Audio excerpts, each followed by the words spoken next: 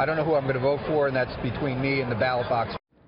That was MGM Chairman and CEO Jim Murren at the Skybridge Asset Hedge Fund Conference back in May. That's what he told me when I was there. But Jim Murren, who is the chairman of the MGM International Resorts, has officially changed his mind about that, and he did so by writing an op-ed for USA Today in which Murren wrote, quote, "One candidate works to create stability and certainty.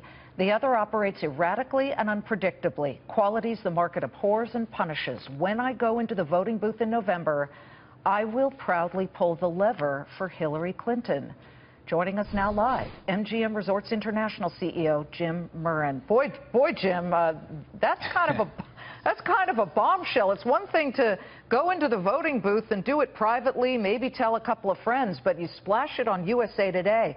Why was it important for you to do that, and why are you pulling the lever for Hillary Clinton and not, as you say, for a lifelong Republican, Donald Trump?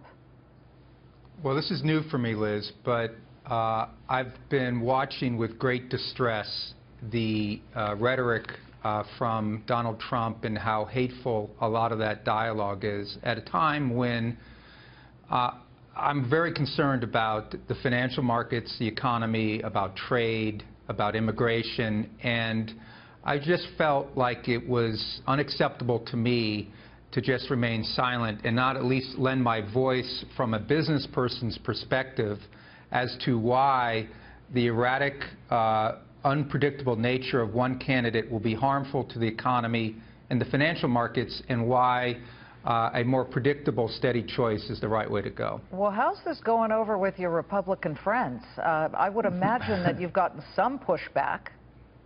I have.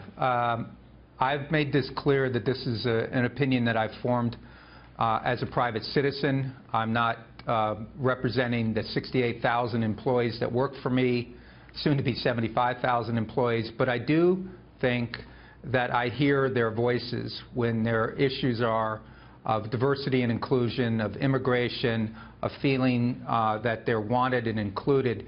I think you know, since you were out here, many immigrants, for literally millions, have their first jobs in the hospitality industry.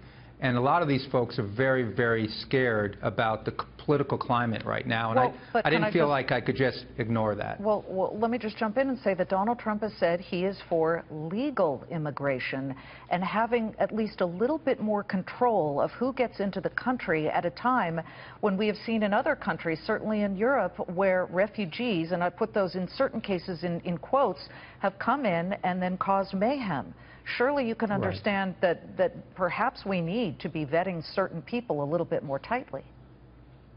I totally agree with that, and I think that we are, and I think that we can. I do not believe strong borders and having a good immigration and tourist policy are mutually exclusive objectives. I think we could accomplish both, but what has happened is this vilification of massive swaths of people from around the world at a time when the United States is a very big part of the global economy. We are not an isolationist nation, and nor should we be, in my opinion.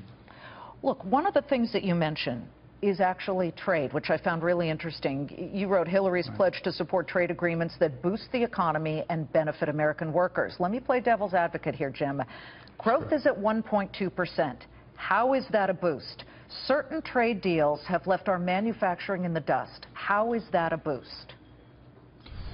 There's no doubt that we can improve our trade deals, but to take a step backward, like, for example, rip up NAFTA and alienate two of our strongest allies, is not moving in the right direction. What I have learned, if I've learned anything over all these years of doing deals, is that there are no winners and losers in good deals.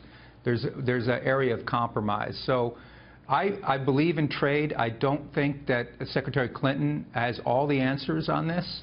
I think it's going to require a bipartisan effort, but at least we're moving in the right direction instead of, you know, pulling up our tent and trying to go it alone. Wouldn't you love Donald Trump's corporate tax cut rate? He wants to take it from 35%, among the highest in the world in the United States, to 15%. Wouldn't that help your company and your shareholders?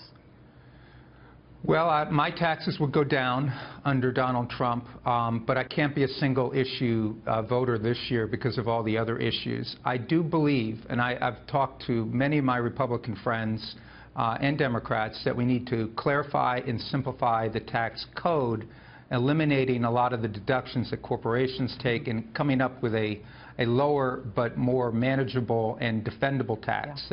There's no doubt about that. And from a personal perspective, I think that I have to put this global picture into perspective relative to lowering my personal income tax. I can't live with the thought that I'm going to ignore immigration and diversity, inclusion, and trade and sustainability because I want a little bit lower tax rate for myself. I won't do that.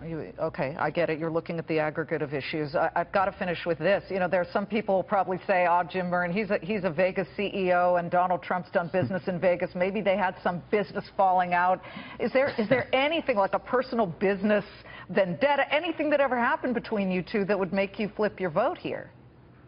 No, I doubt that Donald could pick me out of a lineup. He travels in a loftier, star-studded group of friends, and so we're not socially active with one another, and we have no business connections. So you were obviously a large player here in Las Vegas. He's a non-event in this market. We're a big player in Atlantic City. He long ago left that market. So no, we're not competitors nor friends, and I don't have much of a relationship with him. All right. Well, listen, the op-ed is in USA Today, and it's a stance. You got out there out front, and you put your money where your mouth was, and we appreciate you coming on to talk about it, Jim. Thank you.